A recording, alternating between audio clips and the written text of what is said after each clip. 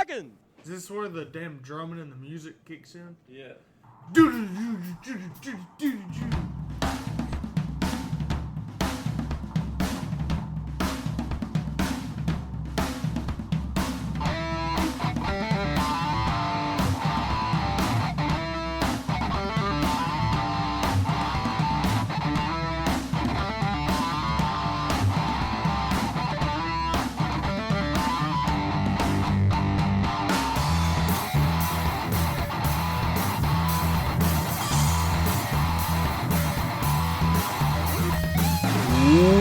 What is going on, everybody? Hello and welcome to On the Pipe Podcast. I am your host, as always, Tyler Shepherdson, and today is Wednesday, September the 20th, 2023, years after zero, and we are back in your life with another episode of On the Pipe Podcast. So thank you for joining us. Thank you for being here, and thank you for tuning in to your number one source of off-road news and content. That being said, we're going to talk about the GNCC that happened this past weekend, the Mountaineer GNCC to be more specific. What all went down in there, we're going to get through some results, and then, spoiler alert, the overall winner from the weekend, the man that took over the overall points lead leaving the weekend, leaving the mountain, coming down from Beckley, West Virginia, Steward Baylor Jr. is going to join us here in just a few minutes. Easy for me to say. He is going to join us in just a few minutes for another episode, a long-awaited and overdue episode of Weekend Review with Stu. So that conversation with Stu did run a little bit long, but it was a really good conversation, and I think you guys are going to like to hear it, and you're going to enjoy to hear it. So I'm not going to take up a whole bunch of your time before we get right into it, but we are going to recap the racing action and what went on. And the reason that we can do this is because of our good friends at Beta Motorcycles, who are the official manufacturer of On the Pipe Podcast. Don't skip this ad. It's a good thing. Beta Motorcycles. They've been family-owned and operated since 1905. They're known for their premium quality and their rideability and their XC2 winnability that we found this past weekend. Go to betausa.com. Check out their available models. They got 2-strokes. They got 4-strokes. They got odd sizes. They got all sorts of stuff. They got electric bikes. They got plated bikes. They got enduro bikes. They got trials bikes. They got all sorts of bikes. betausa.com. Let them know OTP sent you. And that's the ad part. I do have to read some stuff. I do have to get it out of the way. I'm sorry. It's how the world works. Take it or leave it. It is what it is. But this part is not an ad. The Beta Boys are like my track family. So shout out to the Beta Boys once again, as always. They really have taken me under their wing, specifically like the race team guys. All great buddies of mine, every single one of them, and even put me up in the Airbnb this past week when I was about to sleep in the back of a Toyota Tacoma. So shout out to the Beta Boys, getting it done, man. It's cool to see all the hard work that goes into it, and then to see the success that comes from a weekend like this past one. So shout out to Beta, not only Beta the company, but Beta the race team as well. They're my boys. This episode is also brought to you in part by Zach Tussle at Raymond James Financial. I talked to Zach a little bit ago on the phone, and he's eager and ready to help you make some money, invest your money, and plan for your future. Or if you're already retired and need advice for your income during retirement, Zach Tussle can help you out. Go to financialadvisorsdenvernc.com for more information. And let Zach know OTP sent you, and you can get a free consultation. It doesn't cost you anything. You can find out if it is something that can help you or not. Spoiler alert, it is something that can help you. It can help anybody, whether you're making minimum wage or you're making $500,000 a year. Financial planning is something that you should be looking into, and you should do it with Zach Tussle because he's a racer and a financial advisor. You know what I mean?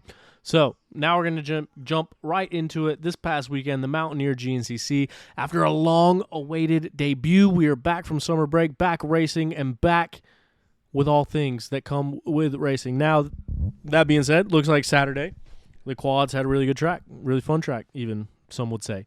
That was not the case for Sunday. Sunday, the skies let out. We saw the rain. It was coming the entire time. We all knew it was going to be there. Unfortunately, nobody could do anything about it. That being said, I was riding my Beta motorcycle, and by my Beta motorcycle, I mean Beta's Beta motorcycle. I was riding the 252 stroke. Shout out Aston. Thanks for letting me ride it. And I was shocked at how well the track held up. That's a really rocky track. We all know that. It's a really technical track. We all know that. But it's like every single trail was just a running waterfall. Like the entire race was through a running waterfall, pretty much, is the best way that you could put it. But I was surprised at how much traction there was and how much grip that there was. Like, as I was riding around, there was a couple times where I had a spot in mind where I planned to go film at, and I rode right past that spot where I was filming just because I was having so much fun riding the track, like jumping on, going between the filming spots, especially in like technical, rocky stuff like that. There is no bike that is more fun to ride than a Beta 2-stroke. I got to ride that 250 2-stroke at TKO on some of the TKO trails. It was amazing. And then I got to ride it this past weekend on some of those rocky trails. Dude, I was having a blast. Now, if I had to do that for 3 hours and try to go as fast as I could, might not have been as fun for me. But for me, I was not doing that. I could ride little bits and pieces, and I didn't have to ride it fast. I could just ride it fun. And for me, it was a lot of fun. But I was surprised at how well the track held up and how racy the track was. Like, following the guys around and filming, dude, it was still a racy track. There was a lot of battles going on, and you could still push it. You could see the riders that were still pushing on the track. So it's not like an all-out mud race where you're just holding on and survival of the fittest and trying to see what you can do. Like, it was a track that you could still push and still race on, even given the conditions, given the water, given the mud, given the rain. So that was a cool aspect of the track to see as well. But, yeah, we'll get right into the results. Jonathan Johnson. We're going to give a big shout out to Jonathan Johnson. We're going to talk to Jonathan Johnson on the show here coming up soon. But he led the overall for a good portion of that race, and it's not the first time this year that he's done that. We saw him and Evan Smith leading the overall in Georgia. We saw Johnny running up front in Florida. We've seen them have really good races, and it was so cool to see Johnny put it all together, lead the overall there for the first little bit of the race, and get off to a commanding – it was a pretty commanding victory, almost 30 seconds in that XC2 class, and he was like up by over a minute, and I think he kind of eased it on in that last lap and coming around. So man, it couldn't be any more stoked for Jonathan Johnson. I know we don't normally start with XC2, but kind of jumped the gun and got into it. We'll start with XC1. We'll talk about our overall winner, Steward Baylor Jr. We did a quick little clip, and by the way, shameless plug, the video of the Mountaineer is up on YouTube, so the OTP YouTube channel, go to YouTube, search for On the Pipe Podcast. If you're not already subscribed, and hit that subscribe button. You know what I mean? Some of you are listening to OTP on YouTube right now. There is a video that is up from the Mountaineer GNCC. It was exactly how I saw the race, just raw race recap. I almost ruined my camera for it. To be honest with you, I haven't even tried to turn my camera on since then because I've been terrified that I did ruin my camera. Dude, it was a downpour. Like, I can't believe how much it rained. But yeah, camera got soaking wet, ended up switching to the iPhone.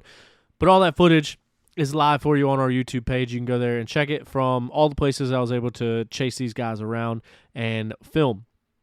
But yeah, going back to it. I don't even remember where I was going, to be honest with you. We were talking about Stu winning. We were talking about the racetrack being good. We were talking about the racetrack being racy.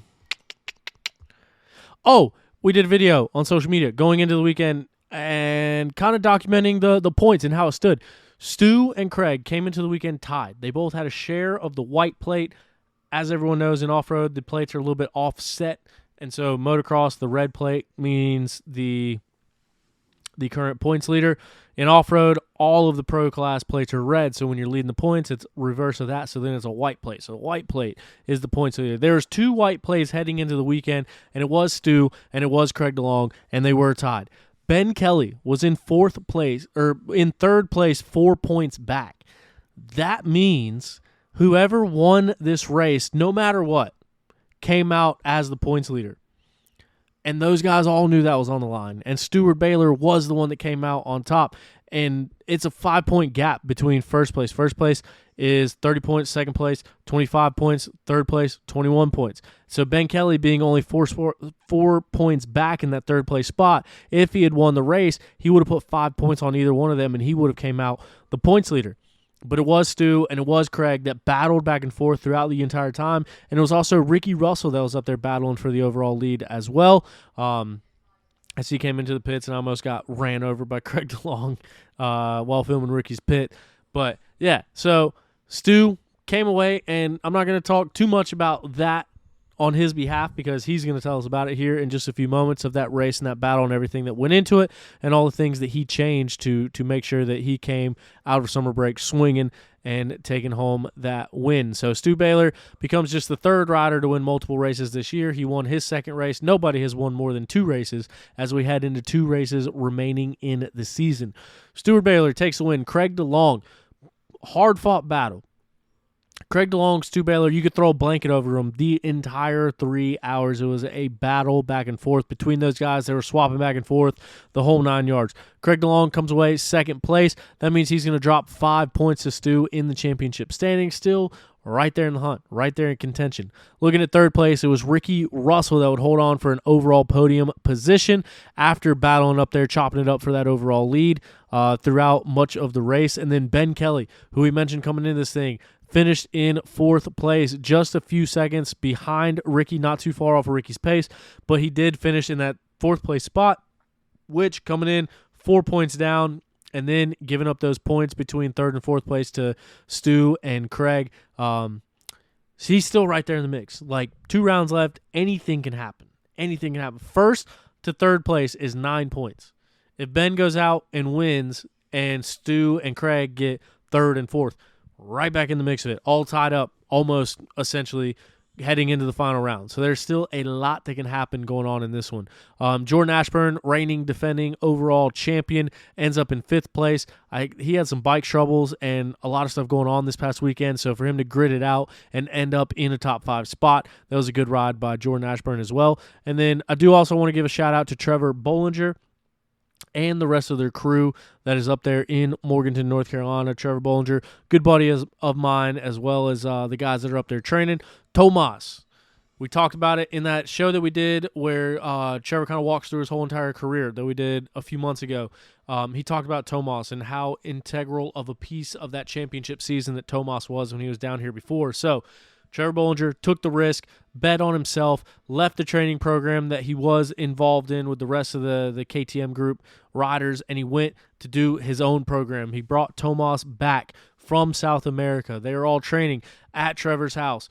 Silver Creek Raceway. I was going to say the name of the road. I don't know if he wants me to say the name of the road. I think pretty much everybody knows the name of the road. But anyway, they're up there in Morganton, North Carolina. They're all riding and training together. And the reason I bring that up is because I think we saw great rides from all of those boys that are up there training together. And Trevor Bollinger came home with a 6th place finish on the weekend. As we mentioned, betting on himself, taking the risk to go out and do that. Trevor Bollinger has battled some injuries. He has not been at 100% this year. He has had some setbacks. He has had some stuff going on. Trevor Bollinger had his best finish of the year coming back from summer break. So, still, I don't think I'm breaking any news. I don't think I'm putting anybody's personal business out there by saying this, but Trevor Bollinger is still not 100%. And as far as like an injury standpoint goes, and I think that's pretty common knowledge. If I'm not supposed to say that, sorry, but I think if you ask Trevor, he'll tell you. But coming back in and still finding the grit, the determination, he just got back on the bike a few weeks ago. I think he did mention that, and he's been back racing. This weekend he's pulling a doubleheader. He's racing full gas on Saturday, and he's racing Mid-East on Sunday. But he raced this past weekend, and 6th place. People are not signing contracts. People are not waking up in the morning. People are not busting their butts to go back and get a 6th place finish. But for Trevor Bollinger, it is a step in the right direction. It is, believe it or not, his best finish of the year. And I think it shows that training program and everything that they're on and everything that they have going for them up there. Josh Trang, 7th place finish on the day. Grant Baylor, 8th place. Lane Michael, who we saw up front, had blast up front, leading the way, ends up in a 9th place position. So was hoping to see that. Johnny Gerard, he was making a charge coming through the pack. He ended up having some bike issues that took him out of the race after the 2nd lap. Lyndon Snodgrass last week at a local race, I think just had a small little tweak, and I don't think it was fully healed. So I think that was the story of his XC1 debut. But in 11th place, it was Evan Smith. And Evan Smith was another one that I want to talk about. He has been racing the last 2 seasons on a beta 2-stroke in the XC2 class and got the opportunity to move up to XC1 for this race. So he was actually riding 480 in that XC1 class. So back on the 4-stroke, I think Talking to Evan, I think he gels more with a four-stroke. I think he gels with that power, and the way that he rides, I think, is better suited for a four-stroke. So I was super excited to see how he was going to do coming into the weekend in that XC1 class. I think there's a big difference between the XC1 and the XC2 class as far as going out there competing against each other and doing all that stuff. So he didn't get the best start, but then he did start picking his way back up through the pack. He worked his way up to sixth place from dead last off the start. And he put actually the third fastest lap time of the race. Evan put down on that second lap and then ended up sucking in some water, as was very possible, and a lot of people suffered that same fate. But ended up sucking a little bit of water, wasn't able to finish the race, but I think he was making a serious impression on himself in that XC1 class. So hopefully we can see him get a couple more opportunities to run that XC1 class. I think he can be successful there, and I think riding with those guys from the front row is going to go a long way in growing that success. So hopefully we see Evan Smith back with the red plates on that machine here in a few weeks at the Buckwheat, and then again at Ironman. But yeah, like I said, he settled in. He looked comfortable. He was riding good. He was riding smart. And just unfortunate circumstance that took him out of the race. So hopefully we can see that again. Speaking of the Beta boys, back down to the XC2 class. Speaking of that Morgantown wrecking crew that is going and training together up in Morganton, North Carolina, Jonathan Johnson is a guy that we have seen running up front. It is a guy that we have seen so close to success. It is a guy that we have seen destroy people at the local races and finally put it together. We saw him do it 3 hours worth of racing. He came away with the XC2 victory on the day. I think 6th or 7th place overall. I don't have the overall right in front of me, but pretty high up there in the overall. But Jonathan Johnson, he proved that he could do it. He proved that he has the speed. He proved that he has the grit. He proved that everything can happen, everything can line up, and he can win races. So I try my best when I'm out there filming to keep the fan out of it. All right? I'm a big fan of the sport. I think you all know that. I think it's safe to say. I try my best to keep the fan out of it, to keep comments to myself when I'm out there filming. Sometimes I want to point lines. Sometimes I want to hoop and holler. Sometimes I want to say, hey, ride smart. Sometimes I want to say, he's right in front of you. Sometimes, like, these are my buddies. I'm out there filming my buddies. And I normally do a good job of containing it. Sometimes I am behind the camera, like pointing or making gestures or something like that. But when Jonathan Johnson came around the last lap, I think every time I saw him, I yelled something to him. And then standing there at the finish line waiting for him, I couldn't help but to contain my excitement for Jonathan Johnson. Just seeing, especially being part of that Beta team and then being a buddy of mine. He lives not too far from me. Being a champion at Mideast. I mean, he's always at the Mideast Hare Scrambles where I'm announcing as well. And talking to him about things behind the scenes, talking to him on the phone about the season, talking to him about all sorts of stuff. In a time where he needed it the most, and to make it happen, to go out there and do that, to lead that thing from start to finish, to stay in control of that race, to control that race the best that he could control it, to ride his own race, and to finish in the top step of that podium, man, I was so excited. I was so stoked for him. You could see the excitement on his face through his fat lip from where he got a rock kicked right into his face. But that was a really cool moment, especially seeing them behind the scenes with the Beta boys and seeing everything that's happened this season, seeing everything, the adversity that's been gone through, and to see him get back through all that and take that win. It was a really cool experience. Glad got to have a small part of it, and my only part of it was just watching it, talking to him beforehand, talking to him afterhand, seeing the race unfold. Super stoked for Jonathan Johnson. Like I said, hopefully we can get him on and talk to him about it. Another guy that we need to talk about, Angus Reardon. He came from 5th to 2nd place in the last 2 laps. He came from 4th to 2nd place in the last lap. Don't know how he did it. I saw him like right there with the lead pack throughout the rest of the race, but like, dude, Mike Wachowski was running good. Liam Draper was running good. Cody Barnes was running good. Brody Johnson was running good. We saw all those guys. And then as we're sitting there celebrating the victory with Jonathan Johnson, Gus was the next one I saw. And I was like, dude, did I miss like a couple of people come through? And then that's when I realized that he had made the charge all the way up to 2nd place in that last lap. No idea how he did it. No clue. but he was able to do it, and it was cool to see Gus make that late race charge. Like I said, he's right there in the middle of a championship hunt. He's the closest person to Liam Draper in that XC2 championship, and those were very valuable points, much-needed points. That's a 4-point gap between second place and third place. In third place, it was Liam Draper. Liam Draper rode a really good race as well on that Yamaha. Leading the points right now, the white plate is on that Yamaha of Liam Draper. Mike Wachowski also rode a really good race this late in the season. Cool to see Mikey running up there and running a good spot as well. Cody Barnes ended up in 5th place. He rode a very consistent race as well. Brody Johnson is a guy that we've seen getting some confidence coming back. 6th place on the day. Might be one of his best races that he ran from a just an overall riding standpoint. So that also just goes to show you, like, those are the boys that are training together. It's Jonathan Johnson, who got the win. Trevor Bollinger, who got his best finish of the season. Brody Johnson, who made a big step up into that Brody Johnson that we saw in times past. He was another guy that trained or changed riding programs to go up there and train with those boys. The other one, Mike DeLosa, just barely off of the top amateur podium, which obviously would have been cool to see him get on there, but it was also cool to see the guys that did get on there. Mike DeLosa ended up 4th place overall amateur in the 21st place position. Your top amateur on the day was JoJo Cunningham, who was a freak of nature in himself. Broke his femur last year right when I broke my leg. Broke his femur again this year right when I re-broke my leg. So him and I, we like to stick together with leg injuries. But to do what he's doing and come back at the level that he's at, 15th place overall, top amateur on the day, just over Nick DeFeo. Nick DeFeo took the 250A class, or the 4-stroke A-Lights win. And also wrapped up that 4-stroke A-Lights championship. And then Gavin Simon ended the day on the overall top amateur podium as well. 2nd place in 250A, 3rd place overall AM. So a couple good rides by those fellas as well. And then looking down at the XC3 class, Dakota DeVore would end up taking the win. Sawyer Karatura took the 2nd place spot, and then Drew Calloway in 3rd.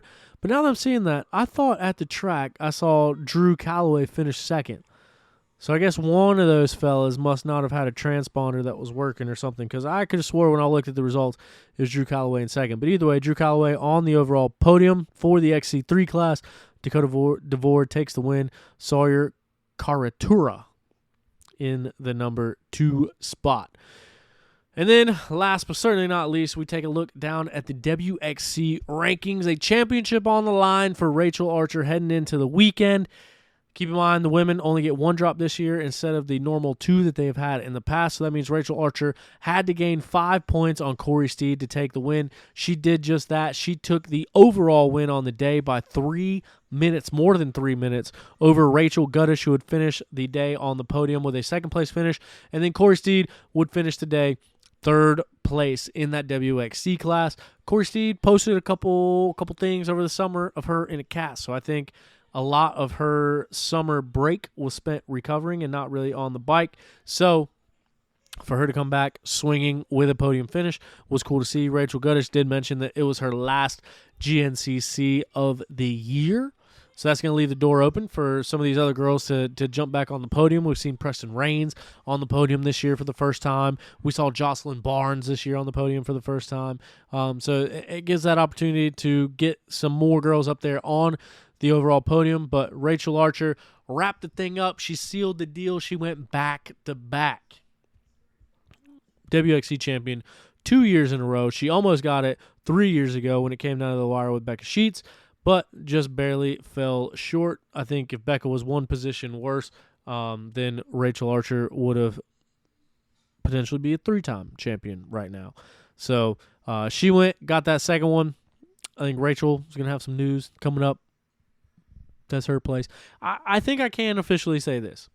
We alluded to some news. The past few episodes, we've alluded to people changing classes, to things getting shaken up, some big news that was going on. Not up to something season, but other stuff going on with riders. There was 3 things that I mentioned. 2 of those things that we were going to do filming and interviewing and talking about was those 2 XC1 debuts. We knew about those weeks ago, months ago even. Lyndon Snodgrass coming back, finishing the year out in XC1. He won the XC2 championship last year. He has 1 year to defend. Obviously, dealing with some illness and some health stuff this year. Wasn't able to really properly defend. And so, since he has to move up next year anyway, he decided, hey, let's go ahead and self-promote. We'll go to the XC1 class. So that was one of the guys that we were talking about, but wanted to kind of give him the opportunity to do it. Well, now he's raced it, so we're going to talk about it. The other one was Evan Smith. Obviously, got some little bit of inside information, but we knew that Evan Smith was going to be racing XC1, hopefully to close out the rest of the year. Should be to close out the rest of the year. But we knew that he was going to be making his XC1 debut. So those two guys moving up from XC2 to XC1, we knew those were going to happen. Those were two of the ones that we were talking about. The other thing that it's almost a bummer to talk about. I don't think it's a bad thing to talk about. I don't think I'm going to get in trouble for talking about it. But it is a little bit of a bummer to talk about. The other thing, the thing that we're talking about, the big changes that we were talking about. A few years ago when we saw Taylor Jones dominating everything, all 3 series. I think her first 3 years in America, she won GNCC, National Enduro, and Full Gas. All 3 years. Dominating. We saw her one of the years she wrapped up her WXC title early. She moved up and raced XC3 for the rest of the year. And it was awesome to see. And it was one of the first few years of XC3, so that made it even cooler. This year, I believe it was Rachel Archer's plan to finish the season out in XC3 if she wrapped up this championship early. She did wrap up this championship early. There's 2 rounds left. She is already the champion. I believe it was her intention to race the rest of the year in the XC3, the men's race, the 3-hour race. I think that was her plan, but I think it officially has been shot down by the powers that be, which is super bummer. I wish it could have happened. I think it would have been a cool thing. I think everybody would have enjoyed to see it. So, unfortunately, I don't think that is going to happen, but those were the 3 things that we alluded to in the last one. 2 guys moving to XC1, Evan Smith, Lyndon Snodgrass.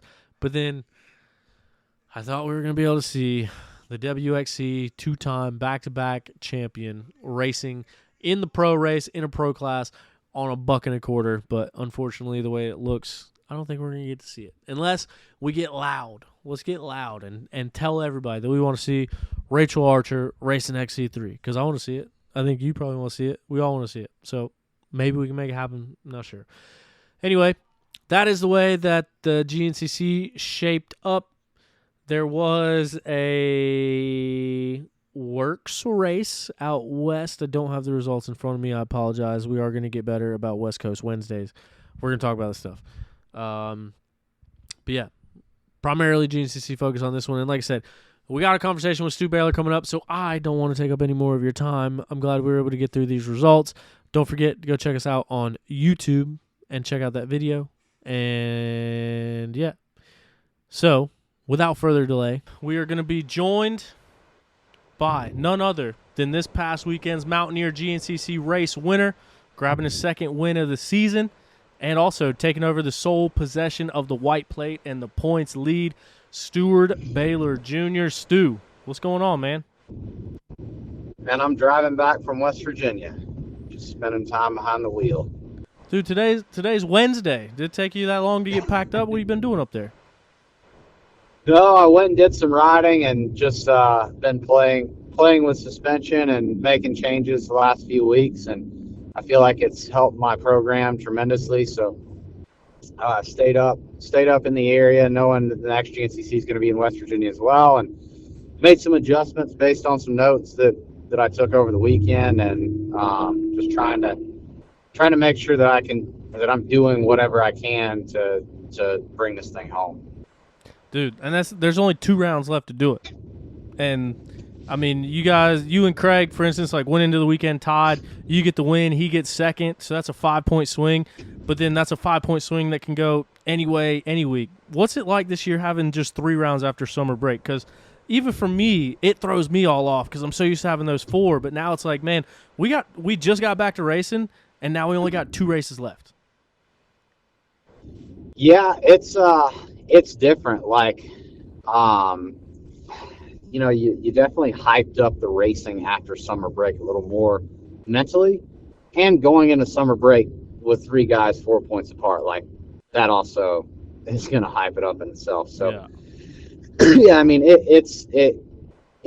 it leaves less room for error, but man, I just really hope that I'm a fortune teller, because I told a lot of people, like that everybody's asked, like, who do you think's going to win? Like, obviously I want to say myself, but I kept my answer was the same all summer long, and it was, I think whoever wins the next round back is going to win the championship. Ooh. And everybody's like, well, why do you say it like that? And I said, because the next round is where you show that you did the work or you didn't.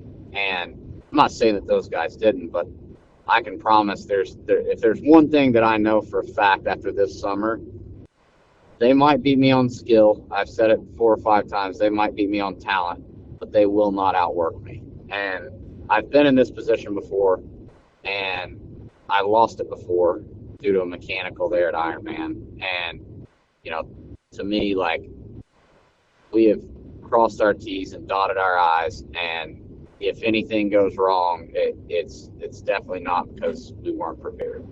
Dude, you said a lot right there that I want to get into, but like, I'm like a dog chasing squirrels. So if I don't jump on this one, then I'm going to forget it, and we're not going to talk about it. You just mentioned, like, going into this, first of all, Craig was in this situation last year. Obviously, you were out of the championship hunt last year after an injury, but Craig was right in the middle of the championship hunt. That was last year, right? Yeah. Yeah. So then the year before that, heading into Ironman, you mentioned everything on the line between you and Ben. Whoever wins the championship. And then it was just a monsoon, and you guys were racing through rivers and going through all that, and you ended up having a mechanical. How does that, like, this past weekend, it was dusty on Saturday, then all of a sudden just nonstop rain. We woke up to rain, it would rain harder, and then it'd slow down a little bit, and then rain harder and slow down a little bit. And basically, to the people that haven't been to the Mountaineer, it is the most well-engineered runoff or parking lot for runoff that you'll ever seen. Like, parking lot doesn't get flooded at all. There's little channel breaks everywhere, water breaks everywhere, and you're like, oh, look, this is fine. Well, the thing is all of those parking lots drain directly into the woods. So I was out there riding around, and it's literally like riding up and down creeks. There was so much running water. So being in that position at Ironman 2 years ago with the championship on the line, and now, just like you mentioned, capitalizing on that momentum coming off a summer break, you see another race like that where, dude, once Mother Nature gets involved and there's that much water, anything goes. It's anybody's game. Anything can happen. Like, did any of that stuff come into the back of your mind when you saw how much rain and how much water and how much mud there was out there? To an extent, yes, but not really. Like when it happened at Ironman a couple of years ago, it was more or less like that bike just wasn't equipped to do that day. Like that bike had never seen conditions like that and didn't really know how to prepare. Where the bike I'm on right now, I feel like we know how to prepare, and it's something that I'm very familiar with. And I wasn't nearly as worried. And the second reason is the picture I posted after Georgia of my air box. Like, I don't know how many gallons of water that bike drank in Georgia, but the fact that it finished and the majority of the factory service engines that did finish, like, it's kind of a testament to just what that bike can handle.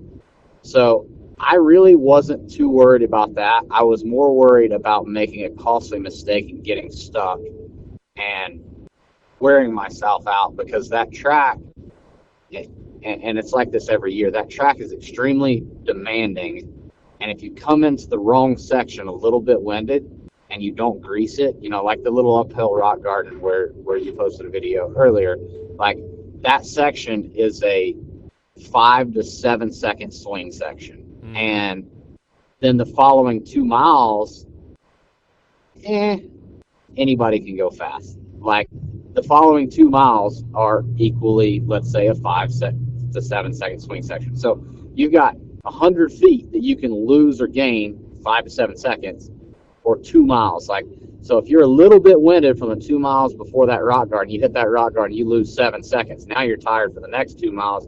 You kind of get buried, get behind. So, like, my mind was, I cannot get stuck. I cannot make costly mistakes and fatigue myself to the point that it's going to stack up. And that was kind of my mentality. And then secondly was stay with who you have to be. Like, I knew that I got in the woods before Ben, and I knew that Craig was in front of me.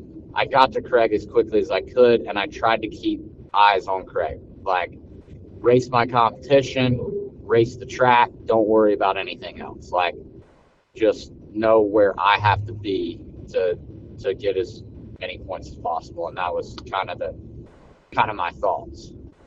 How was that battle back and forth with you guys? Because chasing you guys all through the woods, man, it was insane how close you guys stayed.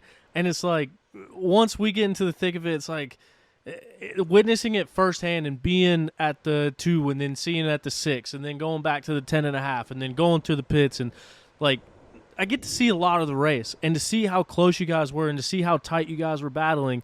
It only got reconfirmed at the end of the race when the first thing you did is like didn't even take your helmet off yet and went over and threw an arm around Craig and said that was one of the craziest battles that you had, and you guys started talking about it.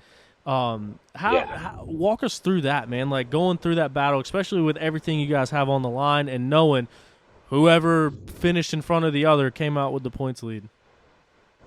Man, I had decided on the last lap, like, if he passes me, we had one hell of a race, and it's not one that I'll forget. And you know, you could tell like Craig was bummed, but I'm a little bit older and I've been doing this a little bit longer. So like to me, when racing's done, when it's over with, like that day, that battle, whether I win this championship or not, I will remember that race. And he will as well. But you know, I'm looking back over more than a decade of winning pro races. So, you know, I'm towards the end of my career, and you start to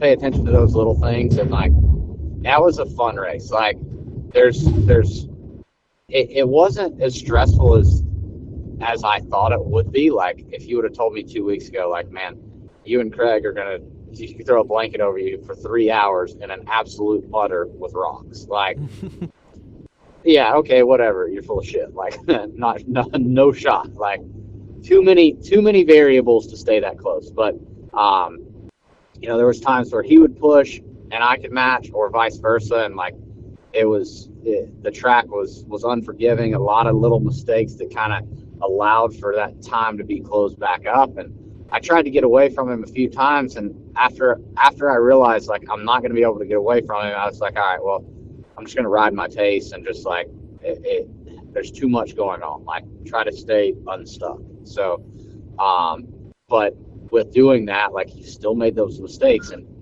man, you hang up for 2 seconds and here comes Craig. He's on your left. You hang up for a second, he's coming by on your right. Then I see him. You know, he gets hung up behind a lapper. I see an opening in the trees, and I take my chance. And I mean, there was a lot more battling and a lot more pulling up side by side and a lot more passes than anybody knows. I mean, I would say we went back and forth 4 and 5 times, maybe more in a lap, and it was fun. Like, it's a race. Like I said, it's a race I won't get, and it's a race that while I was racing, I decided, like, man, this is actually fun. Like, it is a challenge. It was a mental game. It was, you got to remember the line that you took the lap before and you knew it was going away, and the next lap you got to be prepared for it to be gone. Like, there was so much going on throughout that day, and I mean, with all the different passes or all the different charges, like an experienced racer remembers those bits and pieces. I mean, legit, we remember every turn. But we don't remember it 4 miles out. We remember it 4 turns before. Yeah. We pick these landmarks, and we're like, okay, this hill, this rock, I know we're coming up to the left. There's a placard. As soon as we cross that placard, I got a foot plant, get up on that inside of that rut, drive to the side of the trail. Like, I can tell you, the guy at the bottom of the hill 3 turns before that was Sean Remington. I mean, I remember those details, and in that race, Craig did too. And it was fun because, like, if he was leading, he was doing the same shit that I was planning on doing.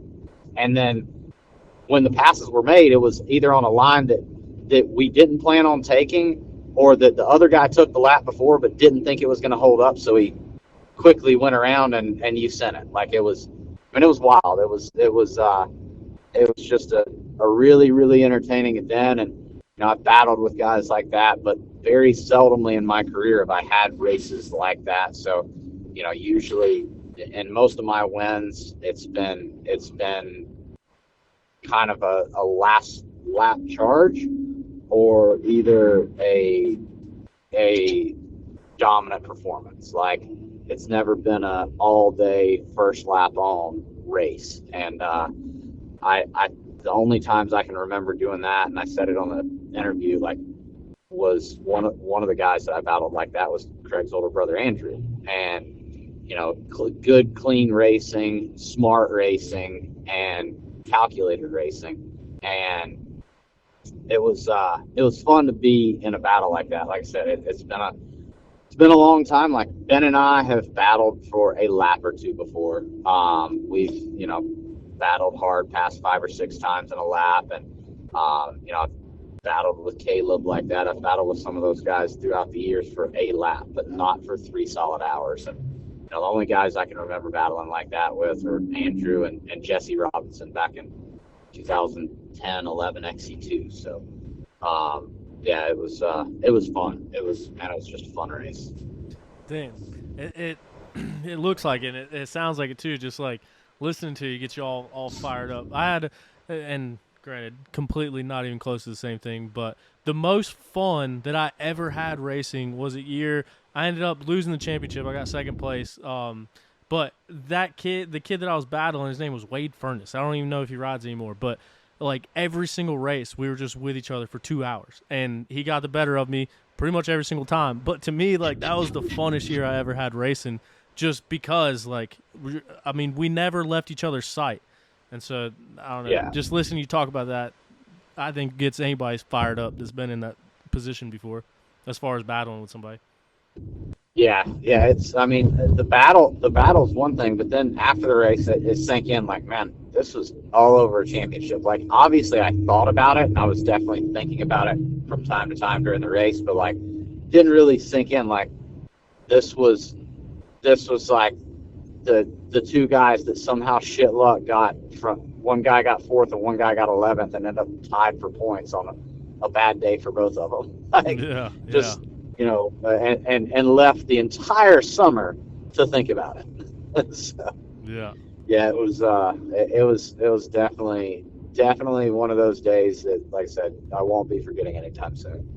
Man, and kind of just piggybacking off of that and going off of it, we mentioned this is your second win of the year, and it took until round number 8 before we saw anybody win multiple times. Like, there was a different winner all the way through 7 rounds, and then, like you mentioned, coming back from summer break, you guys were tied for the league. Ben Kelly was only 4 points back. You guys are all still pretty close. What do you think has made this year so competitive? Like, we haven't seen 7 different winners in 7 different rounds. And, I mean, you've had consistent seasons. Everybody else has had a consistent ride. But, like, what do you think has been the factor in this year being so damn competitive in anybody's game, really? Well, going into the weekend, like, looking at the results throughout the year, like, as a fan, from a fan's perspective, it's like no one knows who's going to win. Yeah, I mean, I think that I kind of called it at the beginning of the year when we did an early podcast. Like, there will be a lot of guys that will be competitive, but there's going to be a couple that kind of rise to the top, and there always is. You'll see them by round 3, and basically the same guys that were top 3 at round 3 are still the top 3 as far as points goes. But I think what we've seen with the races and the different results, I think, goes back to a legacy left behind with Caleb Russell. And then at that point in time, like, mentally, like, most people lined up to get beat, like, flat out. Like, it was one of those things where if Caleb caught you or you were around Caleb, like, even if you thought you could win, you didn't know you could win. And, thinking you can do something and knowing that you're capable are very, very different. There's a lot of things I think I can do, but there's few things that I know that I'm 100% capable of. And I think at that time, a lot of people felt that way. And then when I stepped in from Caleb's position, I was pretty dominant. I think I won 12 of 16 rounds. It was, pretty much where Caleb left off. I asserted some dominance. And then towards the end of that season, kind of what we're seeing with Craig right now happened with Ben, where he was in a position to where he was in a championship situation going into summer break, and he worked hard and was elevated himself to the level that I was currently at. And then from there, I got injured, then kind of carried the torch of the same thing, dominance. And that entire year, Ben and I kind of had our own races, and everybody else would kind of get out of the way. They didn't think that they could beat us, so they didn't ride like they could beat us. And then I was injured, then got injured, and all of a sudden, everybody's got the confidence that Ben and I were lining up with. And I think that allowed a lot of other guys to feel like there is no Caleb Russell, there is no Stu and Ben or Thad Duvall. There aren't these guys that are gonna beat me every weekend. I've got a shot. And even when we came back, Ben's been off the bike for 6 months, Stu's been off the bike for 6 months. They're not 100%. I mean, we weren't, and they knew it. And during that time, a couple guys got a little bit of taste of success, and now they've run with us, they battled with us, they felt like, especially this year, there was something to prove. I was hurt majority of last year, Ben was hurt majority of last year. Everybody wanted to come out swinging, and there was rumors about my health and Ben's health coming into this season. So again, just another boost of confidence that I think just kind of elevated everybody else in a way that they could win, because mentally they didn't think they were capable anymore. They knew they were capable. No, I mean, that makes a ton of sense. But it's just the parity of it, of going on this year. And you come out and like you said, the beginning of the year, everything kind of seemed normal, where everybody finished, you're like, oh, okay. But then as the season went on, and then a new winner and a new winner and a new winner and a new winner, it really opened it up and made you realize dang, this really could go anywhere. But I mean, as a fan's perspective and from the perspective of everybody else viewing it, I'm sure that's got to be a completely different thing than being right in the thick of it and being in that championship hunt, with a season like this one. Yeah, absolutely. I mean, you start counting your mistakes and you start counting points that you should have had. And I can look back through and pick out races and days and say, man, there's it would be way nicer to have that cushion had I done this differently. And that's kind of kept my mind off of worrying about the championship. At this point, it's you can't worry about it. And your first time in this position, you would. Luckily, I've been in this position before with multiple series over the years, and the first time you're in the position, you're not even worried about the championship. Usually, you're young and you're worried about the money that comes with it. And the second time, you're more worried about the championship. It's now you're, and the third time, you're just all right, let's go. We're level-headed, and then with most of my championships, aside from one or two, didn't really come down to the wire.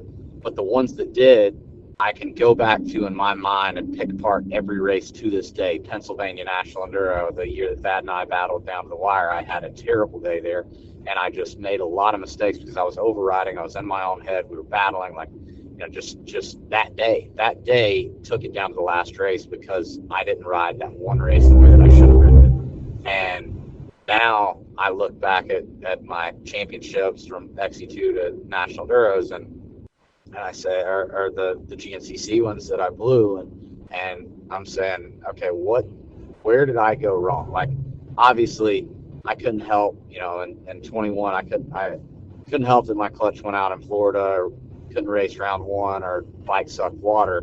But what I could help was the day in West Virginia where Ben just flat out beat me because I was not prepared. And I just, I remember that day, like I made the wrong decision on tires. I made irrational decisions based on feelings, and did not put it to work. And I remember doing exactly that. So, like, for me, rather than stressing about the championship, right now it's like focus on where can we do better. Like, obviously I can go back through the rounds this year and say, I messed this up. I messed up when I went around that hill and Ashburn got by me at Ohio. I messed up when I made a change before Big Buck 2 or Tiger Run, whatever you want to call it, and I let Ricky get away from me. I ran him down a few times, and I was riding too stupid to win the race because I could have just sat back. I didn't have to race the way I was racing. But I'm sitting here saying, okay, what can I do moving forward? And that's the best way to take my mind off of stressing about a championship. It's stress on what needs to be done and what I can do to accomplish that. So is it safe to say, and really just like from your perspective, I mean, you've been so opinionated about your mental strength, about your mental game, about your race IQ, and about all that stuff. So heading into these final two rounds, like, you've been there. You've been right on the cusp of it. You've come down to the last round to decide a championship. You've been in these situations, and you, just like you're saying, you got the time to look back and reflect on coulda, woulda, shouldas from previous years. So going into these last two rounds, obviously within as accomplished of a career that you've had, and the championships that you've won, and the world championships that you won, and the GNCC one being the big one, and then like the elusive one that's kind of escaped you. Like, going into these last couple rounds, is it one race at a time, or is it manage these next two races to get to that championship? I mean, I know you kind of just alluded to kind of narrowing it down and figuring out on not making mistakes and limiting mistakes and that kind of thing, but like, what is the mentality heading into these final two, especially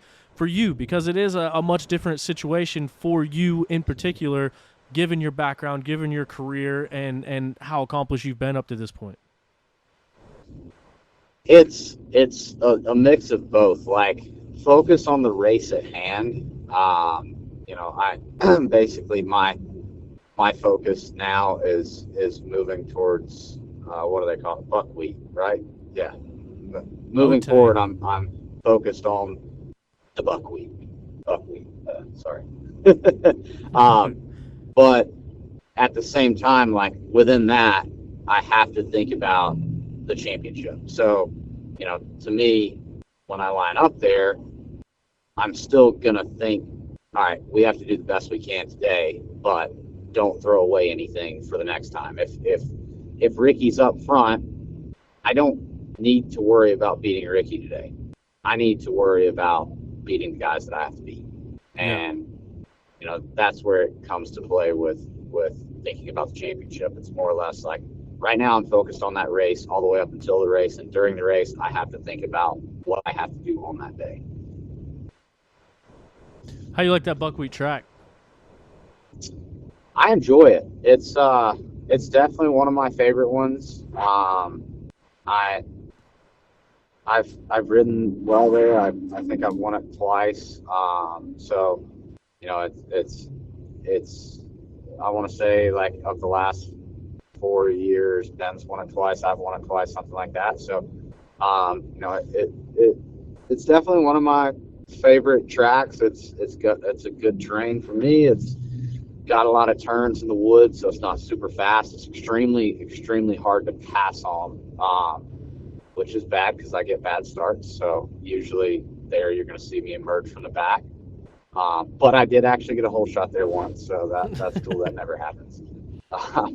But yeah, it's a good place, and it's a good terrain, and I think everybody likes Ironman. Like, I don't even know if you actually like the track, but you like knowing that it's over. You like the environment, everything about it. So I don't think there's anybody that's going to go to Ironman and say like, oh yeah, this is definitely his track or their track or whoever. Like, I've won there a few times in the past, so I know I ride well there. I think I've definitely won there more than any of the guys that I'm racing with currently. So, I'm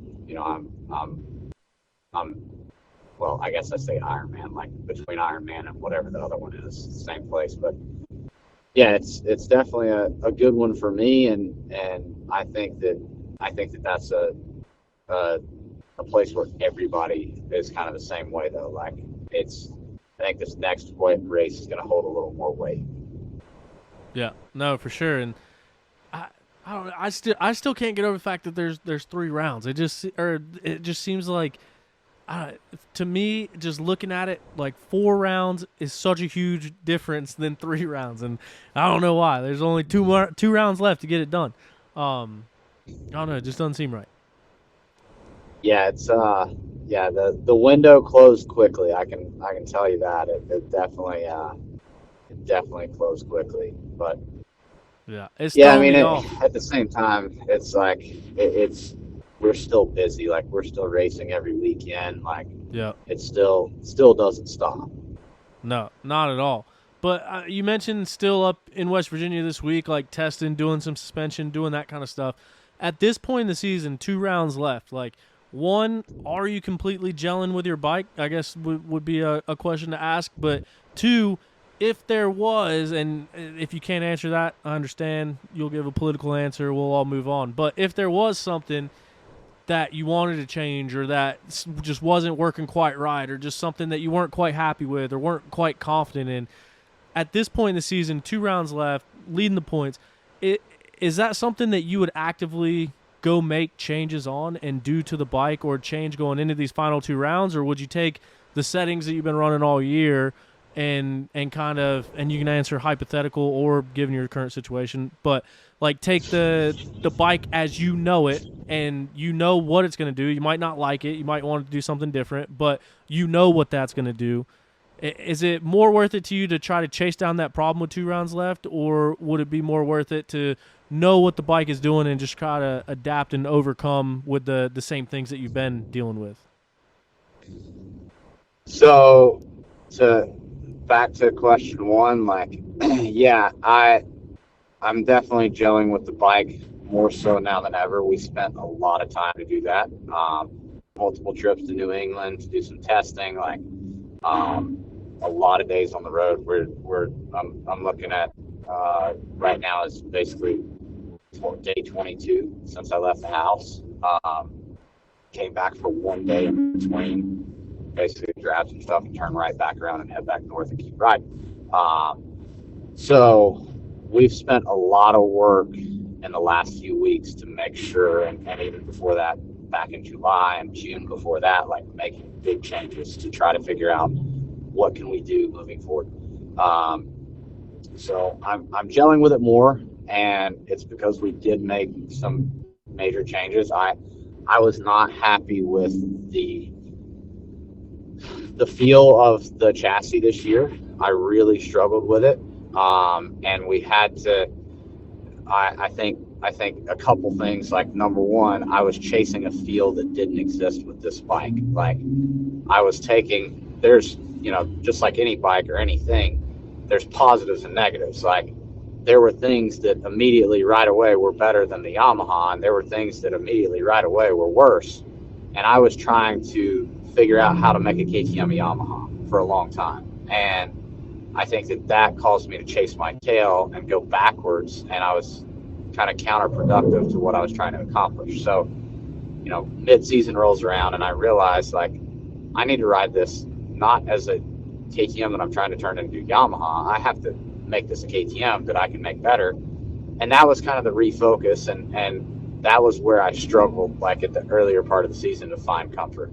Then moving forward, once we kind of refocused, reset our sights, I was able to completely change the settings and chase down the right rabbit hole. So we spent 3 different tests from I think like June until now, and we were able to make some pretty major changes and chase some things that we didn't know needed to be chased because my vision was in the wrong spot. So my frustration was more with myself when I realized, like, man, we chased the wrong thing. But so to finish your question, like, yes, I would still make changes even this late in the game. A lot of people won't. But me personally, I believe it or not, I'm extremely detailed. I have 100 pages in a composition notebook of this year on my bike. 100 pages slam full of clickers to tires to anything that I've changed. And with that, I've kind of collected data that I can say, okay, I didn't like it this day in this condition. I didn't like this day in this condition. I can eliminate ever running those two. Like, if you eliminate the things that you don't like first, it opens up for places where you can improve. So, I can go back through my notes and pinpoint things that I am comfortable with trying and things that I'm uncomfortable with trying, which narrows the window of, hey, when I call FC and I say, listen, Ironman this year is looking wet, it's going to be rutted, it's going to be gnarly, I need a setting for this. Or, hey, Ironman's going to be dusty and dry slick like last year, I need a setting for this. And I can tell them exactly what I'm looking for based on notes and shock numbers and fork numbers. So, I try to keep my homework well posted so that I can go back to them and make the changes necessary. And I think that has been where I've made my largest benefit, like say in the last 3 months. And, it's shown from my confidence in the enduros, especially. Like, that was where I realized, like, hey, I actually have confidence in this bike. And for a long time I didn't. So it paid off like big, and I'm not afraid one bit to make last minute changes. Well, there we have building up the confidence at a great part of the season. yeah, a little bit late, but right, but it's still you're in a really good position. Yeah, I'm in a good position, but man, I can look back and I can look back through this year and tell you the mistakes that I made and the days that cost me the most and the days that I wish I could have spent 30 more minutes doing something different. So I know moving forward, like when I look back at this year, whether I win or not, I will know that I've done everything that I could at this point moving forward. And for the last 6-8 weeks, I've done everything that I could. Like, that it's not fun to leave your kid and miss so much, like 22 days away from the kid and just see him at the GNCC. Like, yeah, I get to sleep, see when he goes to sleep. Outside of that, I'm wide open, so I don't get to spend any time. Like 22 days at 2 years old changes things quick. So it's things that you definitely miss. But I had to make sure, like, man, this championship bonus pays for his dirt bikes in the near future. So I would say like for the last 6 to 8 weeks and from now moving forward, like, I will not have any thoughts like I do right now, looking back at races saying, damn, I wish I would have or could have done this. Good deal. And I mean, it's got to be confidence inspiring as well to just be at that point in life and be at that point in your career where you can look back and have those experiences where some of those experiences in the past might not have ended up the way that you wanted or the way that you drew it up, but those experiences all happened for a reason, and now you've learned from those and then applying it to this year. I think. Does that have any effect on it? Yeah, most definitely. I mean, it's and we talk about it, like, but a lot of things that everybody thinks that racing is a fantasy world. Like, man, it is, like, flat out. Yeah, I'm living most people's fantasy. So, not going to deny that it's a fantasy world if that's the way that people want to put it, and I've heard it put that way. But at the same time, like, the things that you feel with racing are they definitely equip you for everything in life. Like, Yeah. you know, from the decisions that we have to make to better ourselves. You know, it's the same decision that you have to make in any other career or whatever it may be. So no, and just like anything, like, you learn from the mistakes. Like, there's not a grader out there that didn't back into something that he shouldn't have, broke a piece of equipment, done something wrong that cost him or the company money. There isn't a framer out there that hasn't done the same. Hell, there isn't an employer out there that hasn't done the same. And, like, yeah, we might be living in what people might refer to as a fantasy world, but, and I can assure you it's real.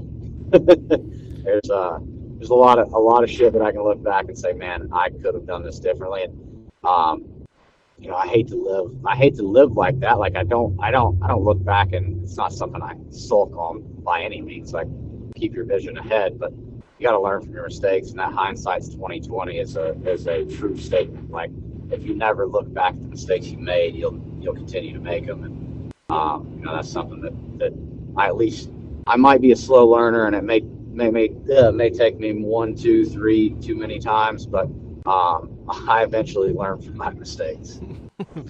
100%. As long as the end result still gets there. Sometimes it takes a little longer, Yeah. man. No worries.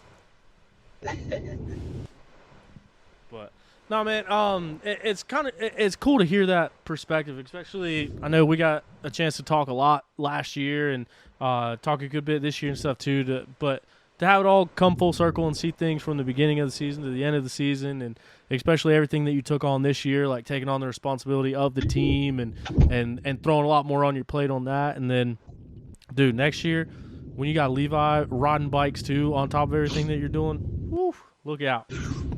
Yeah, it's definitely gonna have to hire a manager for this program because I think I'm about to step into a full-time race management position, because the kid can't even sit on the starting line and listen to the national anthem without giving a 10-second call because he's ready to speed this process up. Let's go race. I think you were standing there for that. Yeah. Yeah. Like, just stop, kid. Not yet. Ricky's getting up there. He'll do it in a minute. Man, that's awesome. But I mean, it's also that he gets to grow up in that. I mean, so many of you guys have growing families and stuff on that starting line, and to have him grow up in that and be a part of right in the peak of your career, or right in the middle of it, or towards the end, however you want to say it. But to have him be around it and all that, and he'll even still, like, be able to have those memories and stuff, because everything's filmed, everything's there. But I mean, just the memories that having the whole family's there is making right now. It's got to be a cool feeling. Yeah, definitely. And you know, it's definitely not something like we pushed on the kid. Like, I've never pushed him to try to ride a bike or anything. Like, I swear he came out loving dirt bikes. Like, from day one, from the time he could open his eyes, the way to get him to calm down was to pull up a dirt bike video. And, like, it is, we noticed it very early. Like, try to play music, you do all the right things that the parents tell you to do, and you're swiping through Instagram at the same time and just trying to take your mind off the screaming kid, and you cross over a dirt bike video, and then the second he hears a two-stroke, he stops crying. It's like, Oh, what's that?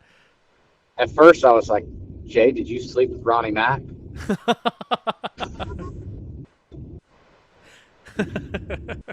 Jade has a thing for Ronnie Mack. It's an inside joke. She definitely has a thing for him. Better keep an eye on that. His true identity. I don't know what it is. She likes her some Ronnie. Oh, so she likes Ronnie, or she likes the other guy? The other guy. Yeah. Uh-oh. Yeah. I'm pretty sure she's into him. Weird celebrity crush. Must be the nipple piercings. That has to be it, or his slogan. Well, no, man, getting away from that real quick and away from nipple piercings. One thing that I did want to ask you about is it's been a crazy competitive year in XC1, but it's also been a crazy competitive year in XC2. And coming down to the battle, another one of those conversations you had right there at the finish line was our buddy, Jonathan Johnson, finally clicking off that first XC2 win. He's been so close. He's led overalls. He's led XC2. He's been through the ringer. He's won local races. But it took so long to finally break the ice and get that XC2 win. But on top of that, I mean, you had Ryder Lafferty coming out of the year swinging, winning 2 in a row. You had Rui Barbosa coming out of nowhere, man, and really putting on a surgence towards this championship until he just got hurt not too long ago. Same thing with Cody Barnes coming out swinging, winning races. Gus Reardon settling into the 3-hour format, winning races. XC2 has been wide open as well, and now you got Liam Draper, who is a guy that lived with you, trained with you, good friend, and now same thing. He's kind of had this progression in the XC2 series where it's like, well, it got to the point where, like, hey, what's the next move? Like, where do we go from here? What bike do we ride? What teams are interested? And now it's all the way to the point where he's staring a championship dead at the face going into this last one. What's kind of your thoughts on XC2 and the progression of some of those guys that you've seen, like Liam, like Jonathan, like Rui, like those guys? Yeah, it's I mean, obviously, you know, a lot of my standpoint on XC2, so it's tough to discuss at the same time. But love it. Huge for the sport. Need more XC2 riders. Did I sum it up? More XC2. Definitely not XC1. We don't want anybody to make it to the XC1 class. No, I mean, it's definitely been cool to watch. Like, I knew a long time ago that Liam was more than capable of winning XC2. Like, when he was living with me and we'd come in and I'm like, all right, well, how'd you do? 9. I was pissed. Like, and he couldn't understand why I was so upset with him. And I'm like, dude, number one, sit down. Save some damn energy. You cannot stand up for 3 hours and bunny hop every rock. We're not riding trials and we're not doing motocross. Like, and you know, little things that I now see he's doing. Like sometimes you gotta rest. Like, everything that we train during the week, we train riding on the balls of our feet. We train doing everything the right way. A lot of these things take a lot of energy. So at a GNCC, in the sections where you can gain or lose a lot of time, do things right. But aside from that, like, save some energy. And that was kind of his biggest thing. And like, now I've seen, like, every year by year, like, he's learned, okay, sit down, take a break, little things. Nutrition's another one that I'm sure, like, a lot of these guys, it takes them a long time of pushing your body to that point of exhaustion and then saying, man, there's an hour left and I have to dig deeper. And you're hungry and you flat bone. Like, you know, a lot of these kids have figured out the little details of that and making sure that they can last for 3 hours. And there's so much, like, definitely that I've seen from Liam and John and a lot of these guys. And you know, John spent some time down with me, and I know he's up at Bollinger's now. Like, he obviously knew that his program needed some work, and he's gone out and he's looked for it. And obviously, I think that it paid off this weekend. And yeah, I know he's a good bad weather rider, but that track was very physically demanding. It was still racy, like, you could still be fast. So, like, I don't think that I wouldn't say, it's a mud or it's a fluke. You know, it wasn't quite the Georgia mess where anything could happen there. Like, this track was very racy, so I think he would have been competitive even in the dry. So it's cool to see that, and it's cool to see some guys that are able to step up to the plate there. You know, I think it's definitely fun to watch. I said it before the race, I said it after the race. Like, as a fan of the sport, this is just one of those years that it is a good time to be a fan of the sport. From XC2 to XC1, it is a good time to be a fan of the sport because it's a fun year and there's a lot of battling going on. And, you know, Liam doesn't necessarily have it in the bag. Like, obviously, you know, we can sit here and say, man, he's got a decent points lead. And he does.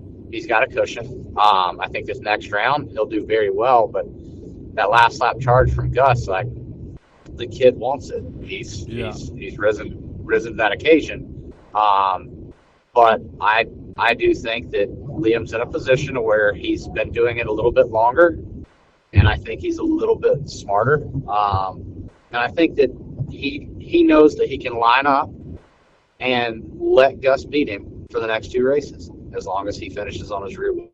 He does not have to beat Gus to win a championship. So, you know, to me, like, if I was going to give Liam a piece of advice, go and ride your race. But if there's a day where you're struggling to win, make sure that you finish with inside Gus, flat out. Like, you find yourself on him and you do everything you can to get to him. But outside of that, ride your own race. Like, you know, a lot of times people in these championship positions that have never been in that position before ride differently than they normally would because they start thinking too much about the championship and forgetting about the race itself. So, you know, first advice, ride the race. Second advice, think about the championship. But it's got to be in that order. Like, you cannot think about the championship before the race. And that's kind of circling back full circle to everything that we just got done talking about and learning from the lessons and learning from the times that you wish you could have back and learning from those in-the-moment situations that could have played a different result in the end goal. So, I mean, that definitely comes full circle right back to everything that we were just talking about. Yeah, most definitely. And, you know, I mean, if I was betting, like, I would say that Liam's got this thing pretty much in the bag, but, man, anything can happen, and it still is close, and Gus is still within striking distance, which, you know, it's going to go down. As long as both riders finish next race, like, it's going to go down to the last round. Same thing in XC1. As long as the 3 of us finish, there will be a champion decided at the last round. It's not going to be next race you're going to see a champion. Like, it is going to go down to that last round, which, man, makes it, again, fun to be a spectator of the sport right now. Yeah, like, no ifs, ands, and buts. But even, like, circling back to that, what you were saying about Liam and Gus, it's a 13-point difference right now. And you think, like, hey, that's a good little buffer zone. It's a 9-point gap between first and third. So say that Gus gets first and Liam gets third. Well, now they're 4 points apart. And then whoever wins, it doesn't matter if you get second. Whoever wins the championship. Yeah. So, I mean, it's literally as simple as that. A first and a third completely flips this thing on its head. Yeah. Yeah, I mean, it definitely, like I say, it changes that script 100%, and that's the cool thing about our points. That's also a bad thing about our points is sometimes, like, you think you got it in the bag, and one bad race costs you 30 points. So, yeah, it's definitely good and bad. Like, man, that DNF at Coker, that day cost me a lot of points. Like, that was a bad day on points. That really sucked. I wish I could have every one of those back. But, you know, and even the couple races where I was second and could have won had I done things differently on the racetrack that day, like, same thing there. Like, both of those wins, that's 5 points. There's 10 points right there. And, I mean, it's hard not to think about the past when you're in these positions. But, you know, like I said, the best thing that Liam or Gus can do right now is think about next race until next race. And when you're in that position where you're thinking about a championship, think about the championship after the race. Don't think about it before the race, or think about it as you're racing. Like, if you've got to make up that time to get into the position you got to be in, man, let it all hang out. Get there, make it happen. But outside of that, like, you've got to focus on the race the day you're there. Perfectly said. What about National Enduro? So you got Indiana next weekend. Are you racing anywhere this coming weekend? No, I'm doing a little family trip. Don't get to do many of those, so I'm actually driving back from West Virginia, picking up the 2-year-old, driving 15 hours to go hunting with my brother and my sister and their significant others and my dad, and Jade's flying out this weekend. I'll pick her up. So yeah, just doing something fun, a little get together, a little dove hunting, a little pheasant shoot, and kick back and relax. And then from there, I'll only be a few hours from Indiana, so I'll head over to Indiana and start running through a couple settings and see what I like for the weekend. Well, heck yeah. Where I forgot what I was gonna say. There was something about the National Enduro. How much stake are you putting into that? I know you're trying to beat little brother Grant, but I mean, dude, you guys have been on a tear at the National Enduros between the two of you with championships, race wins, and all that kind of stuff. What's that like coming into the last couple rounds of the National Enduro Series? Man, it's fun. Like that there is like the main reason that I want to win the GNCC championship this year. Is it would be cool as hell if Grant could wrap up the Enduros and I could get that. Like, I think that would be, I mean, I get it. Like, there's been other brothers to do cool shit, but if we did that, that would really put a stamp on being the most dominant brothers in any extreme sports. Like, we've won world championships on the same team together. We've competed for the country. If we haven't competed every year, we've been asked, and being that small group, that 7 riders chosen, like it's pretty cool. We've both won national enduro championships. We've stood first and second on the podiums. We finished on GNCC podiums together. We both won XC2. To win both of the largest series in the country, like, I think that would be pretty badass. Like, off-road series in the country. Like, I think that would be pretty badass. Like, I don't think there's I mean, yeah, the Lawrence brothers are cool, but man, have they shown this type of dominance? Absolutely not. Not over a 15, 14 year professional career and doing it over every single stage, and not doing it in a lights class and a big class, like doing it both at the premier level and multiple years at that. So, yeah, I mean, I think this will be championship number 3 for Grant. I've got 5. So, we've both won the top dog class, and, no different than Supercross and motocross. Like, I would say that GNCC is kind of the Supercross, the show. Outdoor Nationals is more like the Enduros, and that's where we shine. So, put it up. There's the call out for the Lawrence brothers. Sorry, boys. We're better. They say that's where we just don't make enough money. We don't make near as much money. Yeah. That's another topic for another day. That's a whole different situation. But, yeah, that still blows my mind. But, yeah, to see you guys both win the 2 Premier Series, brothers, in the same year, man, what a sight that would be. Yeah. I mean, I think that would be pretty badass. So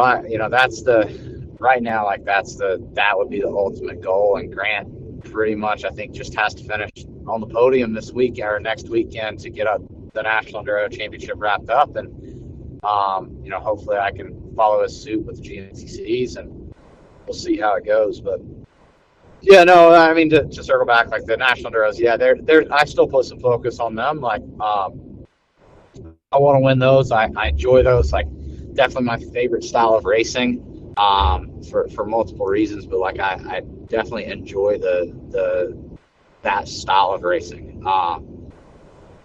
So it's just been tough. Like I said earlier, like, I didn't really trust my bike at the beginning of this year, and for people that don't understand the enduro side of things, like, National Enduros is a blind trail going as fast as you possibly can, and trusting that the trail crew has put every danger arrow in the right spot, and usually they've missed a few.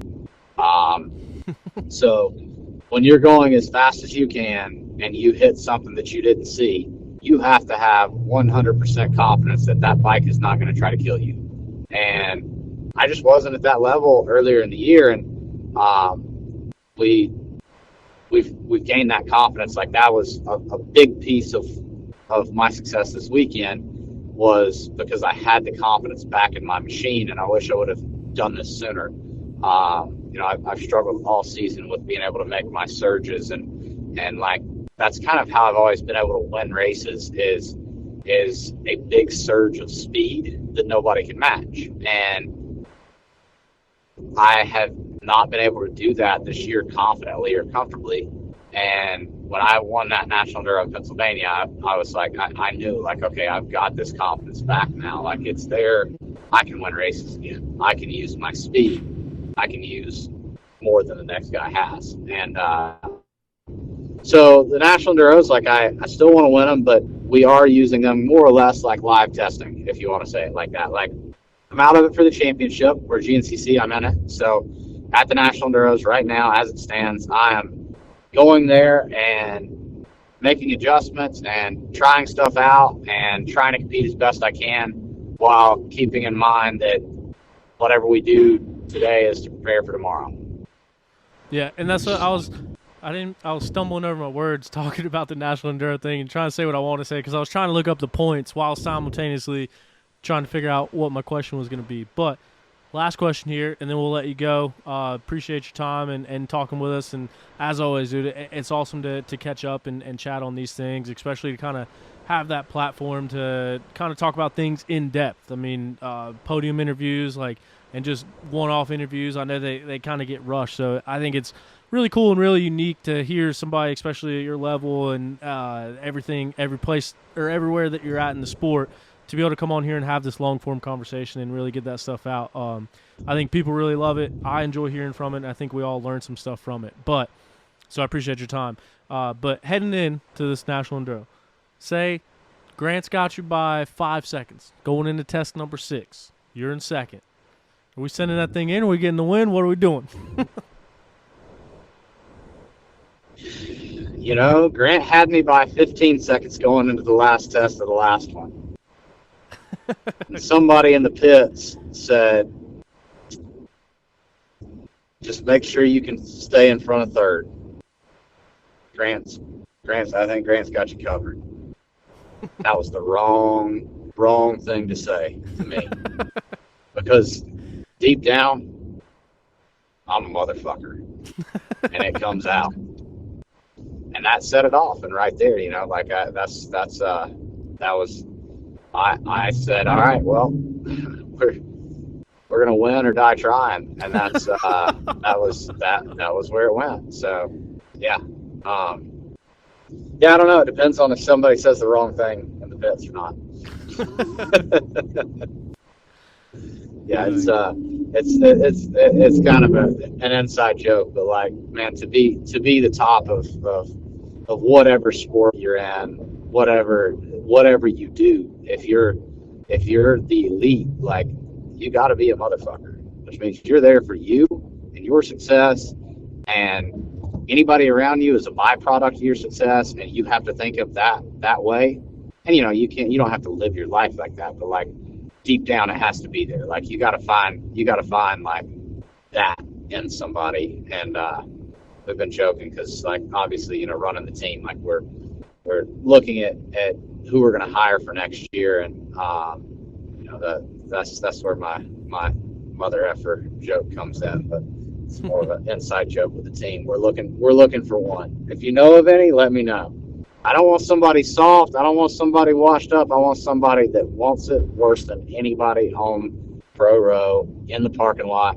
Hell, I don't care. I don't care if it's a woman's rider. I want somebody that wants it.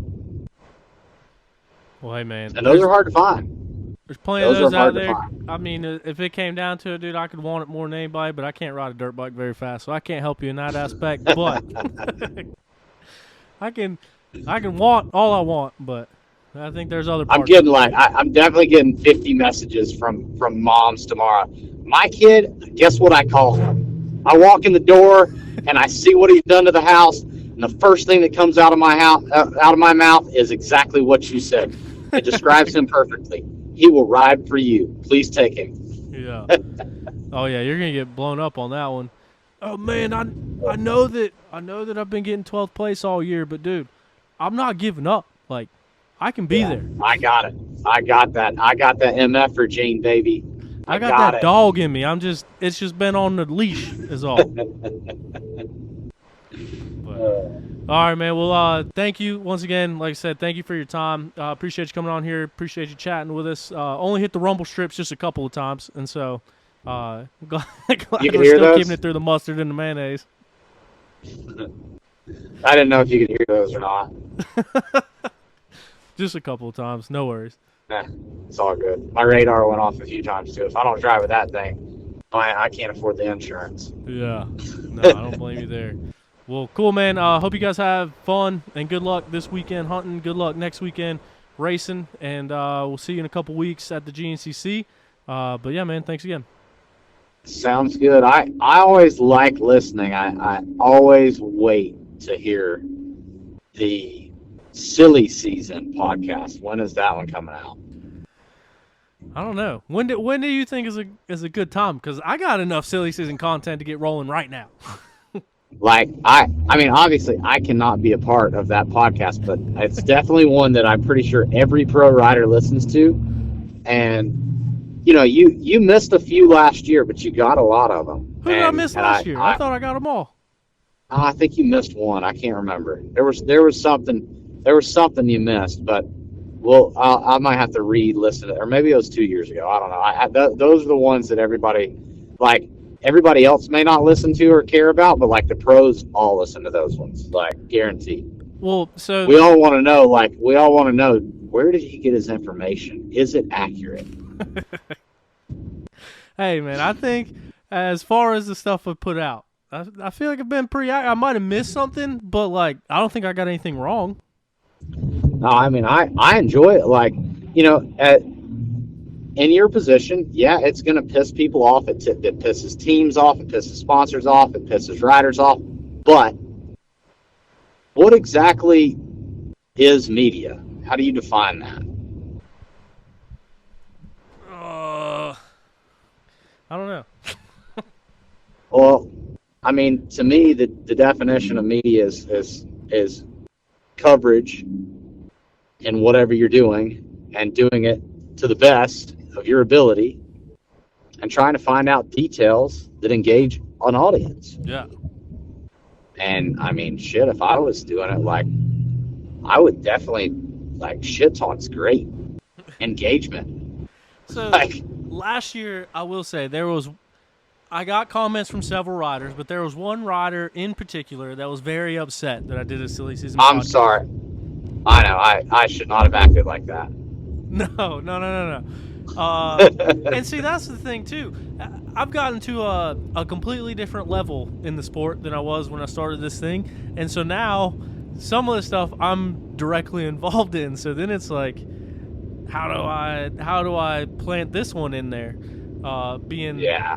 Because it's one thing to be having sources. It's another thing to like maybe be a source, and so it's like, how do you tread that one? But last year, like I said, there was a lot of people that said something like, oh, I didn't know that, or just made a comment on it. There was one rider in particular that was very upset at me, and it was a rider that we've talked about tonight that was very upset with me for everything that I said.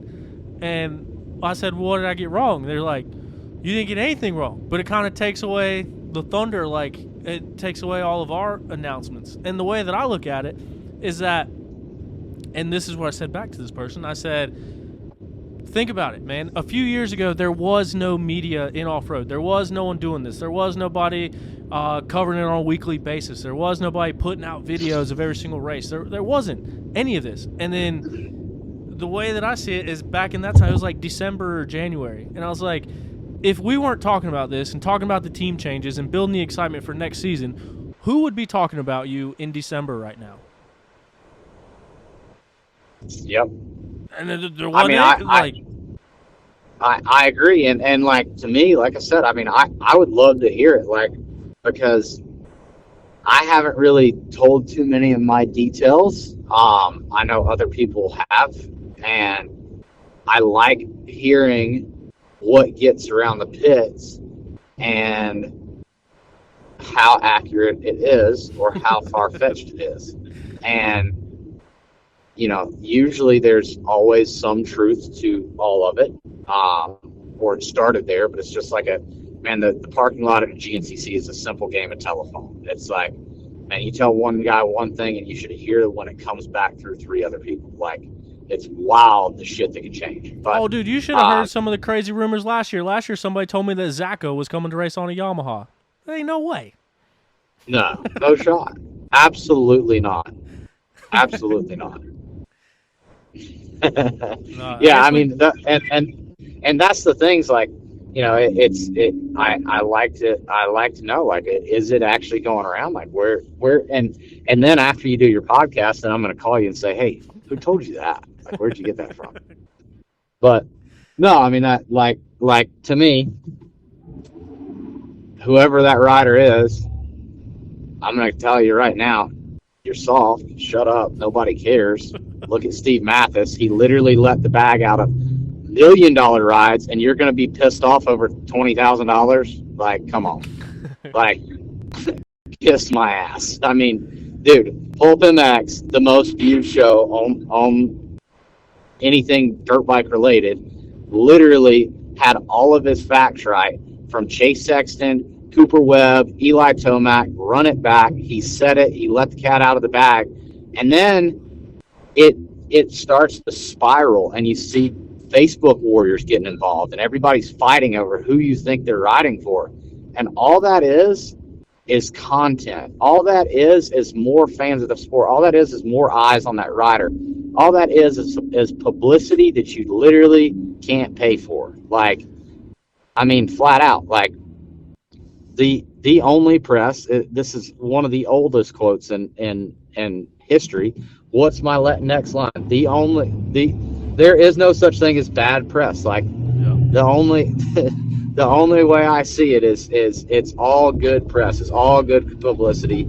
And whether you like it or not, like, dude, it's our jobs. Like, as a professional racer, you're in the spotlight. People are constantly guessing, what does he do? What does he eat? Does he shit? I mean, they ask some of the dumbest shit, but they literally want to know every detail of our lives. And that engagement, I mean, that's what pays our bills.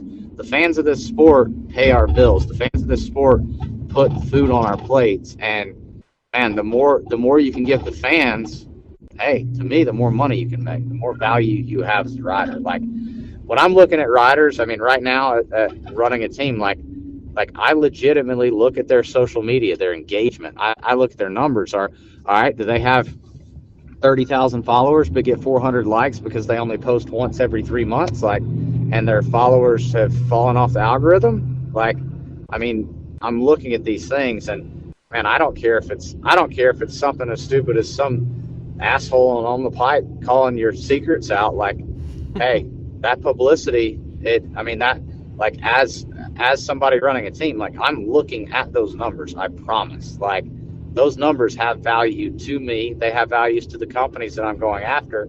And, man, the more traffic you can drive, like I said, I mean, I'm all for the shit talk. Like, hey, look at any other sport in the world. Like, the most followed, the most famous, the wealthiest are usually the ones with the biggest mouth, or the ones that are always in the spotlight for good or bad things. And a lot of times it's not for good things.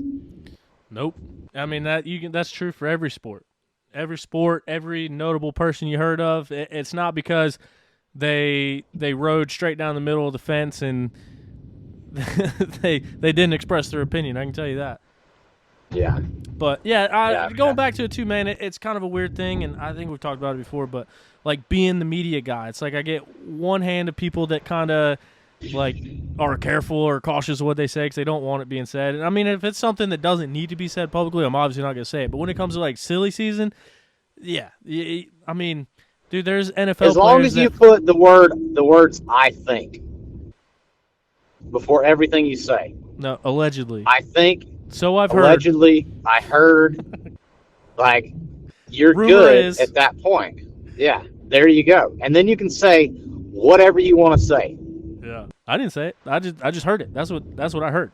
That's what they were saying. Yeah, that's what I heard. So that's the other thing too. Is like, it's the way that I run with it. For instance, there's one team change. There's a couple blockbuster ones going on this season, and like I said, I think I'm equipped enough to do a silly season show right now. But there's one big one going on this season, and the person that told me about it said, nobody knows this. Do not tell anybody. Nobody knows this. And I said, the fact that you're telling me that leads me to believe that probably everybody knows this. But it's not like if I hear something from someone, I don't throw that out into existence. I have to hear the same thing from multiple different people. So that's why I feel like when it comes to silly season, I've been pretty spot on. And this is a pretty secretive world, and it is pretty hard to get the information. But I won't ever hear one thing and then put it out as the gospel. And even if it's like someone's like, dude, do not tell anybody I tell you. It's like, I'm not going to tell anybody you told me that, but I'm going to ask probing questions to other people to see if they tell me the same thing. And then if I hear the same thing from other people's mouth on like two different sides of the spectrum, then I got pretty good confidence to know that that's what's going on. Yeah, I mean, and it's tough, like you said, like you're in a tough position because if somebody gives you information and they tell you not to tell it, but then you receive it from somebody else and then you say it anyway, now they're pissed off. Yeah. Like, I mean, hey, I didn't say what you told me. I repeated what he said. Yeah, exactly. I didn't hear from you. I heard from so-and-so. Yeah, I mean, that is tough because, like, you know, you would, as media, like, sooner or later you might lose your resources, but I don't think you will. Like, there's always going to be there will always be a source of information somewhere, and if you can't find him, you should probably call me. Yeah, well, I mean, like last year there was a really big name guy that switched from, like, I don't know, maybe like Yamaha to like KTM or something over the off season, and it's like I remember going through all that stuff last year, dude. I can't tell you how many times something would pop up in that GNCC Racing Facebook group where people are arguing back and forth about what bike that you're going to be on. And then, like, I'm getting tagged in it, and he said this, and on here he said that. But, like, that's a situation, too, where it's, like, talking directly to you. It's like, how do I get that out there without just, you know what I mean? Like, I think people are going to know who my source is on stuff as it relates to you. Yeah, I mean, yeah, I haven't told you any details about next year, so whatever you come up with, then I mean, you want me to it's going to be really hard. You want me to tell you what you're doing? No, I'm just kidding. Not on this podcast because I don't want to react in a way that would give anything away. No, yeah, I mean, the Triumph's going to be tough to keep under me next year, and but that's for GNCC because it's gas, and then I'm actually going to ride a Stark Park for the Heroes because I can change batteries between tests, and then. Dude, that thing would be legit. Dude, that would be sick, wouldn't it? Like, just go completely in left field. I mean, people would kind of expect it from me, but then people would be like, "Wait, how's his big ass going to ride a 250F? That's the lie." Hey, but maybe that I'll drop back 85 XC2. horsepower That's a career electric class motors. now. Do what? Yeah, I could rip a whole shot potentially at that point. Oh yeah. We wouldn't have to worry about starts then. I think I could actually. You know what? That's it. Sign him with Stark for next year. You heard it here Whole first. shots only. Whole shots only. I want a salary and bonuses for whole shots. So when GNCC paid, when they paid top 10 for XC1 and then paid however back they paid in XC2 before they changed it to just top 15 overall, which I don't think was a good idea. Neither here nor there. That was always a joke. It's like, dude, I wanted to get an Alta at the time. And then, so like if there's only 7 XC1 riders and you can get a whole shot, that's $250. And then 7th place, you're making what, like $350, $450, whatever it was.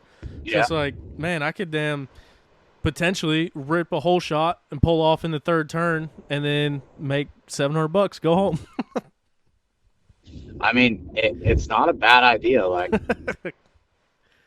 but now you got to get top 15 to get the money. So you would be able to cover, I mean, I would say cover your travel, but your liberal ass had a Tesla, so you didn't even have to worry about covering travel. Like, yeah, that's just straight profit. Anyway, so I see you're not on a Tesla kick anymore. How's the warranty department and service center over there? How's the solid? What? How's warranty and service going? They got a pretty solid service center with those Teslas. My Tesla got totaled from a parking lot collision that barely dented my front bumper. Yeah, so the service is great, huh? Service center solid, Oh, on top dude. of things. It's everything having to deal with a Tesla is the most annoying thing ever. I got left overnight because no tow trucks wanted to tow a Tesla. It took me 3 months to get an appointment at a body shop because no body shops work on a Tesla. I got into a fender bender with barely any damage, and they wouldn't fix it because it's a Tesla because all the parts are too expensive because it's a Tesla. So anyway, I think I might go buy another one. But it had a killer camera system on it, huh? Dude, that saved my ass because the guy tried to say it was my fault, and I said, "Here, I got the crash from all 4 angles." I'm definitely gonna sound like I listen to Tyler Childers while drinking my IPA when I say this, but I really like the Rivian. Like, that's a badass. Like, I don't know that I would want to drive it. It's kind of like a moped. Like, wouldn't really want to show it off, but like, man, that thing's kind of cool. I maybe get one for my wife, but I just can't get on the e-vehicle kick, man. Like, I'm a gas burner until I have to. Like, and then I still probably won't comply. Dude, so for me, I'm not saving the environment. I think electric vehicles are worse for the environment, actually, when you think about all that has to go into mining them and disposing of them and transporting it across seas to build a battery, to transport it back across seas to put in the car. It's nuts. But for what I do, and that is travel around to these races, dude, that thing has camp mode, and it's electric, so you can run the heat, you can run the AC. It's got a big old screen. You can put Netflix on it. I could fit a full-size twin bed mattress in the back of it. So, like, for me, it was awesome, dude. I got from North Carolina to the Penton and back for $42, and then had a place to stay. Like, for everything that I did, I think I saved over $8,000 in fuel just last year. So, yeah, when you look at it like that, it's kind of cool. But same thing. I never thought I'd see the day. I got made fun of 10 times more for having a Tesla than I did for driving a cargo van.